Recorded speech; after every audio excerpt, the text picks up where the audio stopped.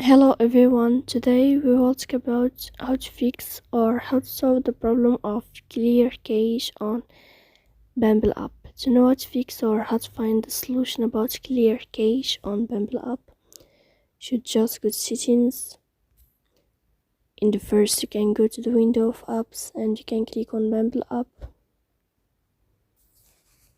Then you can go to first stop and you can click OK.